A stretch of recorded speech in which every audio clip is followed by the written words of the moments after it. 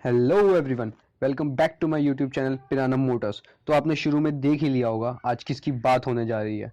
जी हाँ दोस्तों, last Hero from Hero Honda Karizma के बारे में। इस बाइक को लेजेंड ऐसे ही नहीं कहा जाता। आइए देखते हैं ये कैसे मार्केट में आई और इतना धूम मचाया और ये फिर क्यों गायब हो गई।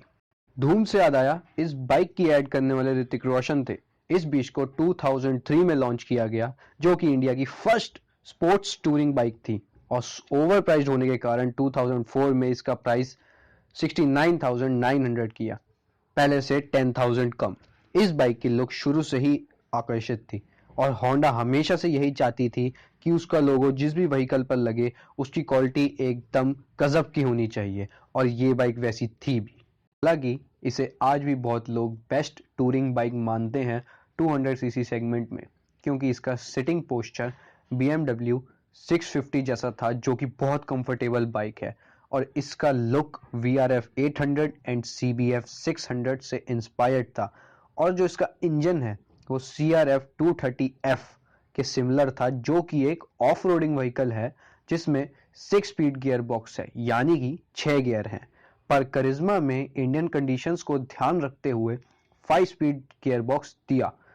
इसका हैंडल बार पतले टायर की वजह से इसकी फील और हैंडलिंग प्रॉपर स्पोर्ट्स बाइक वाली नहीं थी, और इसलिए ये भी एक कारण था ये टूरिंग के लिए बहुत अच्छी बाइक मानी जाती थी।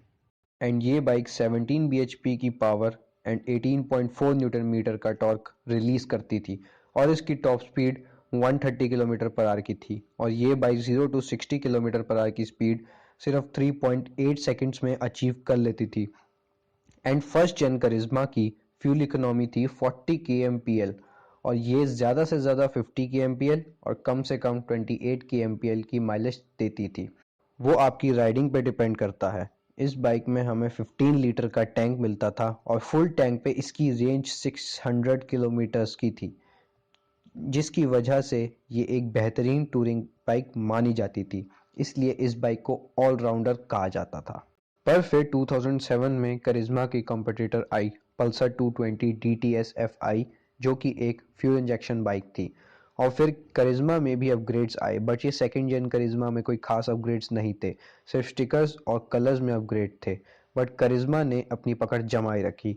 पल्सर की FI में काफ़ी प्रॉब्लम्स आई, इसीलिए पल्सर ने 2009 में FI हटा के कार्बोरेटर में बाइक लॉन्च की with projector headlamp, rear disc brake, tubeless tyres. 2009 में करिश्मा में भी अपग्रेड्स आए, बट सिर्फ कलर्स में।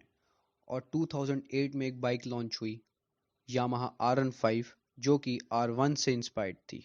एंड 2009 में लॉन्च हुई करिश्मा ZMR, एकदम फुली फियर्ड लुक के साथ, जो कि हायाबुसा से इंस्पायर्ड थी। ओल्ड करिश्मा एंड ZMR एकदम सेम थे, बस इनमें प्लास्टिक बॉडी का चेंज था।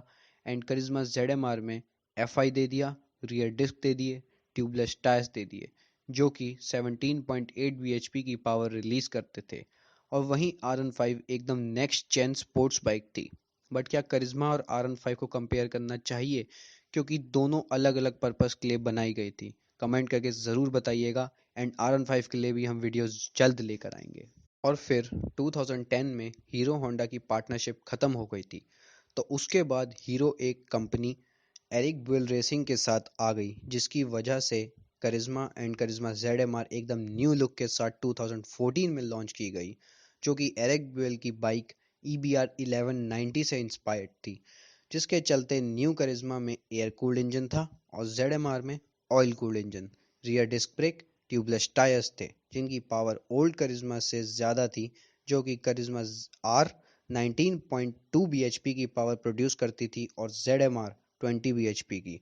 और ये bike 0 to 60 kilometre per hour की स्पीड सिर्फ 3.6 सेकंड्स में अचीव करती थी, जिसकी top speed 130 kilometre per hour की थी, सेम ओल्ड मॉडल जैसे। और इनकी माइलेज में भी थोड़ा बहुत इंक्रीज किया गया था। एंड गाइज, आपको कौन सी पसंद है, ओल्ड मॉडल करिश्मा या फिर न्यू मॉडल करिश्मा? कमेंट करके ज़रूर बताइएगा। पर जैसा आप जानते हैं, 2014 के बाद मार्केट में काफ़ी बाइक्स आ गई जो कि करिश्मा को टक्कर देने लगी, और इसी वजह से करिश्मा नहीं चल पाई एंड करिश्मा 2017 में बंद हो गई, और इसके लास्ट वेरिएंट्स 2019 तक सेल हुए। उसके बाद हीरो ने एक्सट्रीम 200S निकाली। बट हीरो को और सोचना चाहिए अपनी बाइक्स के लिए, और हमें भी एक स्पोर्ट्स टूरिंग बाइक चाहिए। इसलिए सब चाहते हैं कि या करिश्मा हो या फिर उसके जैसी कोई बाइक, या फिर करिश्मा को ही रिवाइव कर दिया जाए जो कि बाकी बाइक्स को टक्कर दे सके। सो गाइज, वीडियो कैसी लगी कमेंट करके ज़रूर बताना, और अगर अच्छी लगी हो तो लाइक कर देना, सब्सक्राइब कर देना, एंड ऐसी वीडियोस देखने के लिए बेल आइकन को ज़रूर दबाएं। Stay awesome guys, bye bye.